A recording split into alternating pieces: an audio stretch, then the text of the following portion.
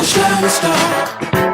No matter who you are, shining bright to see what you can truly be, what you can truly be.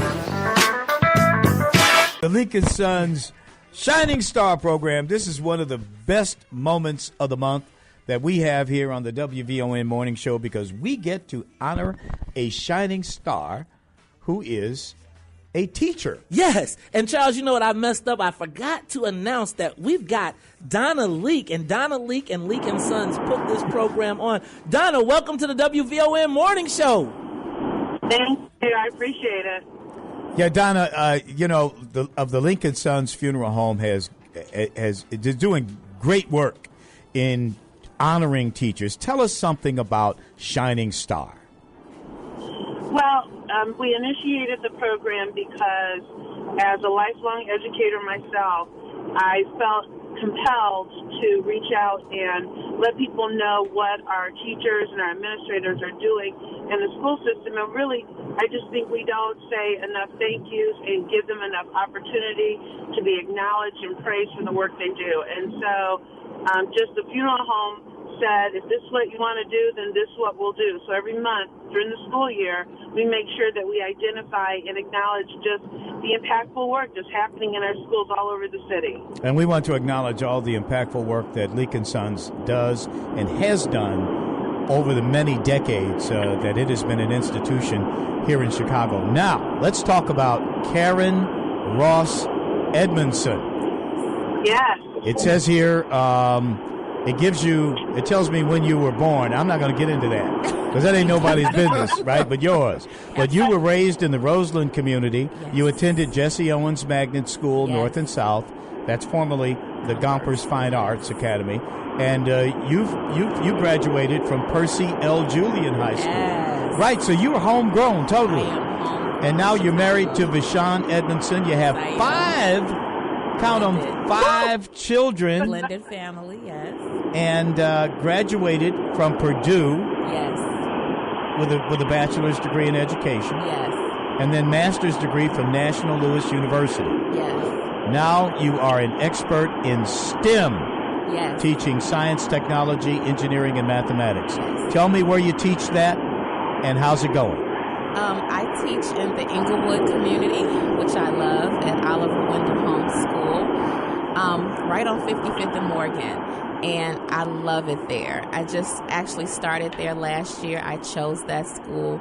As soon as I walked through the building, I pretty much fell in love with the students and the staff, and I just love it there. When you talk about STEM and the importance of STEM curriculum, science, technology, engineering, and mathematics, that's the rage right now.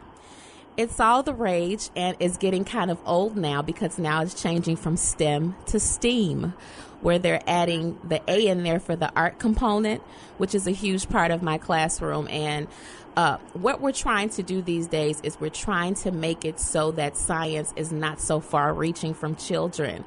When my students look at me and I say, well, hey, I'm a scientist, I have a master's in science, they say, no, you're not a scientist, because in our mind, scientists look like Doc Brown from Back to the Future.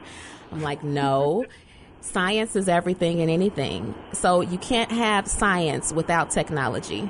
You can't have science without math at all, because science is math. Actually, math is a science. Reading is a science. Everything is science, so it's important to have kids connect to it in their own way. But I heard criticism of this whole hardcore STEM, science, technology, and we forget about, again, you mentioned the arts, but civics, how to be a citizen, how to be able to be engaged in society. Well, civics is a science. Civics is a science? Absolutely. So it's a part of my curriculum because I also teach social studies. So it's now called social sciences because civics is a study. If it's the study of human behavior, it's psychology. So we do have curriculum, especially in CPS, where we're teaching the kids about being servers. So this past Sunday, I had my students at a homeless shelter over in Inglewood. You can make it. Hi, guys over there. And we were serving food and toiletries, too. So we do teach them how to be citizens. We call them ambassadors. And they do work. They go in classrooms and work with other children. So it's all connected. Science connects all of it. We hear CEO Forrest Claypool as well as Ms. Janice Jackson, the give me her title. You know what they call it, the CEO, education. stuff like that. You know, the boss of the education part of it. They talk about the improvements. Are you finding that your STEM students are better prepared as they reach 8th grade to deal with science, technology, Absolutely. and engineering and mathematics? Absolutely. Understand that all these children are smarter than we are because this is their world now. Our world has passed. So a lot of times in my classroom, they're teaching me things. But the thing about a really good STEM program in your school is that a good STEM program will have a big impact on reading and math because STEM is about application. You can go learn the strategies and read about what to do. Once you come into my classroom, you actually do it. So when students leave my classroom, they're more prepared not only to tackle the rigor of the coursework of high school and college and career, but they're also more in tune with this 21st century world we're moving into. Okay, we're talking about, you're in the Inglewood community teaching now. They're going to close. We're hearing now they're going to close 4 high schools there. Yes. 4 neighborhood high schools. That's got to be unsettling to the kids you're teaching, isn't it? Yes. In the community where I teach, I can see a lot of charters popping up, which is sometimes unsettling because I think that a place like John Hope, there's a legacy there. Percy L. Julian has a legacy. Morgan Park has a legacy. Lindblom, where my kids attend, have a legacy. So when you have these other schools popping up, you can go anywhere in the world and see someone who knows what Julian High School is, what Morgan Park High School is. And it's kind of unsettling that we're taking the community out of it and turning it into a business. Maze, that's Karen Ross-Edminson, our shining star. Shining star, no matter who you are, shining bright to see what you can truly be, what you can truly be.